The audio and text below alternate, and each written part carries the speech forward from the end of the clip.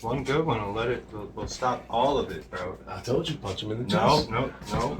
I ain't never punching him in the chest. I'm gonna win that $200. I only got what? I gotta ask him a question. After the bet, are you gonna punch him in the chest after? No. Please. No, I'm gonna Charlie his ass. No, just gotta. No. I ain't beating your kid. Yo, what's up, guys? Welcome to another episode of the You Might Not Like It podcast. I'm PhilltCast. And I'm KodyBear. Can I get a hiya? And today we're going to be reacting to PBD VALUETAINMENT's 10 most important decisions to make in life. I just love the way Big Daddy talks right here. That's TV entertainment right there. That's just TV entertainment. Glaze him! Don't listen to him. All right, let's move on. You think you need help with the 10 decisions to make in life? Because I think I'm a little too late. I mean, everybody, there's never too late for anybody. You know what I'm saying? I think everybody has at least, out of the 10, some people, the under average, usually have 2 or 3. The average person, as in the person that's not a fuck up, you know what I'm talking about. You guys know what I'm talking about. You've been on TikTok, you've been on fucking Instagram, all social media. You know, the dumb fucks. They have at least the 3, like I said. The other ones that are average, normal people, they have at least 5. The people that are successful, they have 10. They have the 10 or at least 9. But everybody can maneuver in that light. Word. All right. Well, anyway.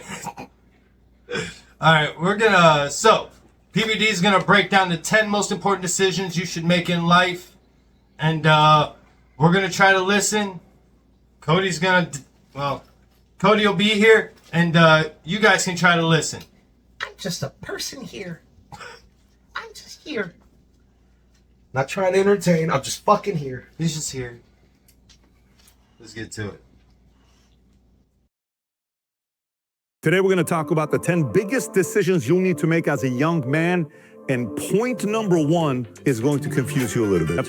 Let's get right into it. Number 1, first decision you have to make is how selfish do you want to be and for how long? Let me explain. When you look at this chart, many years ago, I'm working with my guys in the insurance company, and I'm watching the brokers that are very good at developing newer brokers. And I'm watching guys who are horrible at developing new brokers. And I kept going and saying, maybe they're not good with people. They were. Maybe they're not very good in this business. They were. Maybe they're not very good salespeople. They were very good. Some of my best salespeople I had weren't good at developing others. And then I would go over here. Some of the guys that built some of the biggest agencies weren't the best salespeople. I agree with them because one thing you notice, like when you look at athletes, LeBron James, great athlete, right? But how many people can you say he can coach? Like he can coach balling, like basketball. Yeah. Boxers. You see Mike Tyson, one of the greatest champions. He won heavyweight at a young age, went to prison, came back and got it again. How many people has he coached to make great? You could be a good fighter, doesn't mean you're a good teacher. Sorry, because some people, you can click on the things and it adapts to you, but you can't teach that to someone else. Well, and that's where I think he's going with why it's selfish.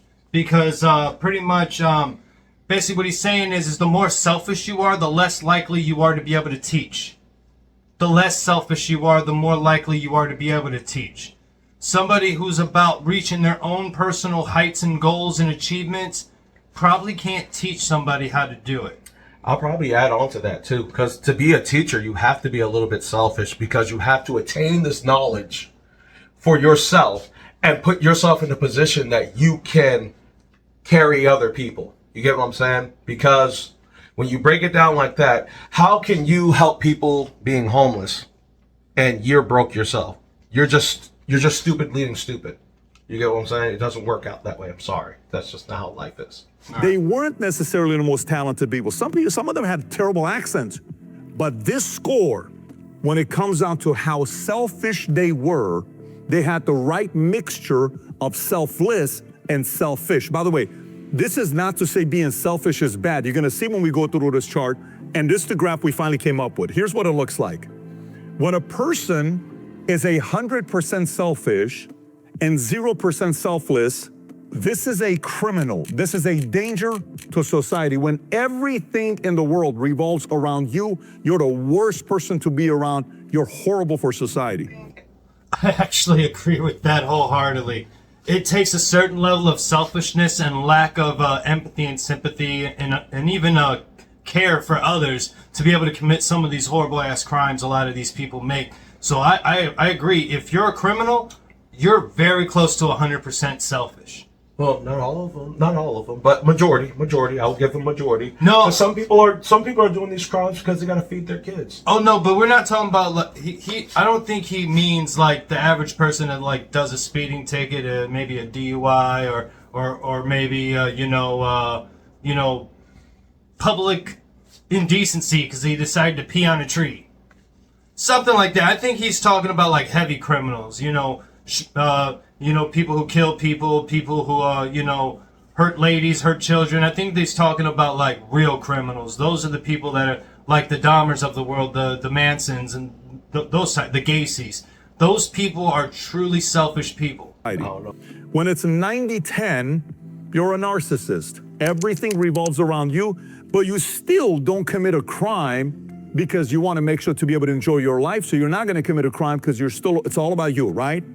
80-20, these are solopreneurs. These are the guys that want to have a laptop. They want to go somewhere and be like, hey, I'm in Thailand. I'm working, making $7,000 a month. Look at me. I don't need anybody's help. I'm doing this by myself. Solopreneur, net positive to society, pretty good life, but it's around mainly what they want to do. That's the 80-20 split. The 70-30 is the perfect split. These are kingmakers. These are drivers. They're 70% selfish because they have big goals. They want to go do big things.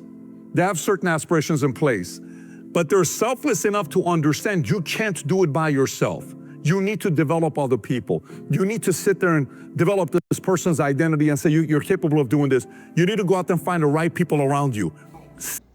What do you think of that one? He's saying that's the Tom Brady, Jordan space of a personality where they're 70% selfish, but 30%, not selfless. And you know what? I kind of agree to it because, Michael Jordan, while as a basketball player, he was the most selfish person on the court, selfish person in the gym, selfish person in practice, in every facet of basketball. But in the same notion, Jordan has basically his ability to get his philanthropy that he does, being a philanthropist, and his ability to give actually proves that he is 30% selfless.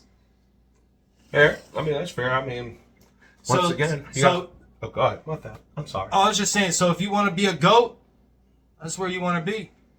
Permission to speak, my son. No, Toby. Damn it!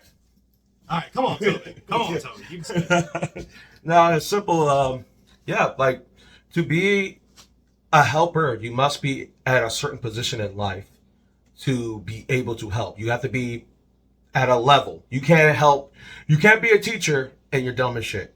You can't be you can't be a general and leading people to war and you don't have the capability, the criteria. You have. All right, you men, you go over there and you do that thing. I don't know what that thing is, but you do it and you get her done. Yeah, you gotta get up and go. But yeah, they don't know what they're doing. Yeah, but he's sending them to it. Don't know. That's all I'm saying. But let's get back to it. 60-40. This is a synergist. This is somebody that gets everybody to be able to work together. This is one of the most valuable assets in any company is to have synergists. 60-40 split. They're still selfish. They still want to move up.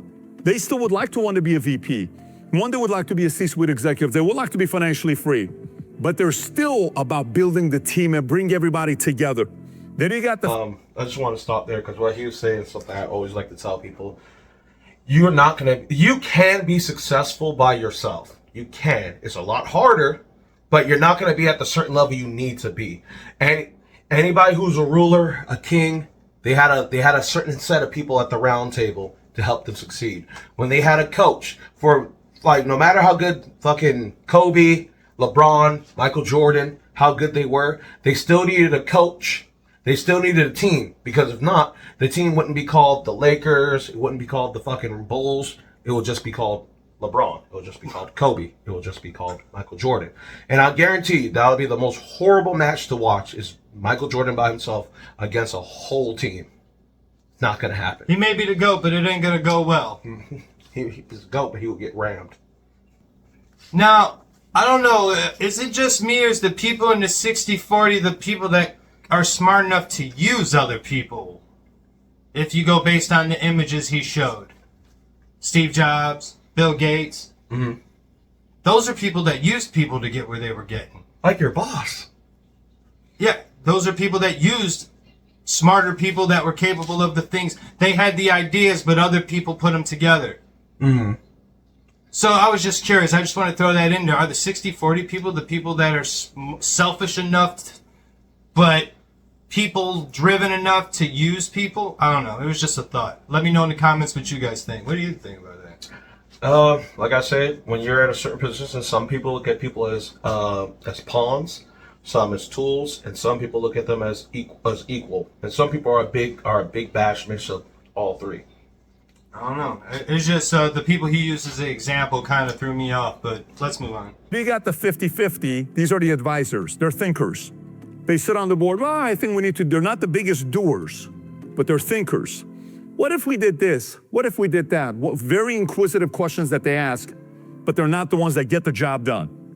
Then you got 60-40 good team members. Then you got the 70-30. They're selfless, 30 selfish. They're somewhat passive. Oh, do whatever you want to do. It's okay. It's okay. A little bit on the passive end. Sorry. That one anybody can relate to because you have a friend like that. I'm sorry, you all have friends like that. Me and Phil could be in an argument right now, and fucking guy right here, he could sit there and be like, well, who you think is right? Well, you both got valid points, and I mean, we're all friends. Like, no. Sometimes we need you to drop your fucking balls, big green man. Drop your fucking balls and actually pick a side. Because some people don't want to, I don't want to offend Phil. Even though Phil's right, I don't want to hurt Kody's feelings. Some people are meek. They don't want, they're not the fucking dude that wants to tell you you're wrong. They just don't want to rock the boat. Yeah, those are the fence sitters. They sit on the fence. Not really this side, not really that side. They're just going to stick around and wait long enough to see who wins. And that's the side they choose in the end. At least that's what it sounded like to me. People who are too passive but selfish enough to understand their own gain. They want to gain from it, but they're also passive enough because they're selfless. They're so passive that they're just gonna sit and wait. And you Tim, you got some good points, but you got good points too. I just want to see how it plays out. I just love that everyone's contributing, Phil. I know we're so involved. Yes, but fuck his plans. But I don't want to tell him fuck his plans. Should we get back to it? They're not net positive to companies, society, sports teams. Then you have the 80-20, indecisive. All they want to do is conform, make everybody around them happy. Again, problematic. 90-10, these are weak-willed. They're scared, somewhat cowardly. And then the 100% selfless, 0% selfish, doesn't exist. So now why am I... So yes, there's no such thing as a person that's 100% selfless. And the person before that, yes, he is right. They're pretty much called the suck up, the do boy. They're the simp, the cuck, the pick-me girl. They're those people in the world. The people that are just what we call, those are the pretzel people. Those are the people you get to twist into a pretzel and they're okay with it. Hey, Phil, I don't think it's a smart idea to go into the lion's den, but you know what? I don't want to rock the boat. I go first. I'll go first, buddy. Oh, dear God! Fucking, we see a lot of them all the time. You see them at your job. You guys know. You all know. Yeah, it's that coworker you use to do all the work that you don't want to do. That person. You all got one. I did that shit. You all got someone at your job that will do some shit you don't want to do, and you be always getting them to do that shit. And they're so gullible, they're like, all right, buddy, I got you. Man, that sounds like a good plan. I'm glad I can help out. Or your kids. Take out the trash. Okay, honey. Son, go get the trash. Give it to me, kid. Mom told you to do it. Do boy. Let's get back to it. Now, why am I showing this to you? Here's what's crazy. Generally speaking, it's not always the case, but generally speaking, The younger you are, the more selfish you are. And the older you are, the more selfless you are. Why? You have more to lose. You have a wife, you have kids, you have grandkids. So you're thinking about what your kids are doing. You're thinking about what your grandkids are doing. You naturally evolve into being a selfless person. If you're 50 years old, 45 years old, single, no kids, the world revolves all around you, you have a very high selfish score and everything is about you. You may think you're living a great life, and you may be somebody that doesn't commit crime, you have some money in savings, you're doing pretty good for yourself. But the reality of it is that the life you want to live when you're 45? At 25, I get it. 30, maybe. 45, probably not. You may want to make some changes in your life. By the way, Yeah, see, that's something that I've always told people. You literally have from the age of 20 to 40 to amass a certain level of wealth and fortune. So what he's saying is when you're young, you're supposed to use that selfish time. Because remember, the top half of the selfish, it takes a lot of selfishness to be the top person in this country, to make a lot of money in this life. You have to be selfish. And if you're at your most selfishness when you're a child or a teenager, when you're young or young adult, then that's when you're supposed to be using that selfishness to climb the highest peak, the highest pinnacle, the highest mountain that you can before you run out of that selfishness and you become old and you're just willing to fucking be nicey to people. All right, this is for the younger kids that watch our shit. When you're in your 20s, I actually even push it to 18. Once you graduate high school, do yourself a favor. Get your head on the fucking floor, stick your head to the ground, and grind out from 20 to 25.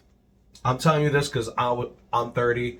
I joined the military, and most of my youth, I blew a lot of my money. I'm not even going to lie. I'm 32. He's old as shit. Fuck you. I'm kidding. I'm kidding. I'm not taking this. I'm going home. Screw you guys, I'm going home. No, kitty, I'm going home. No. Pretty much in your eyes, when you're 18 or 20, we're both old as shit.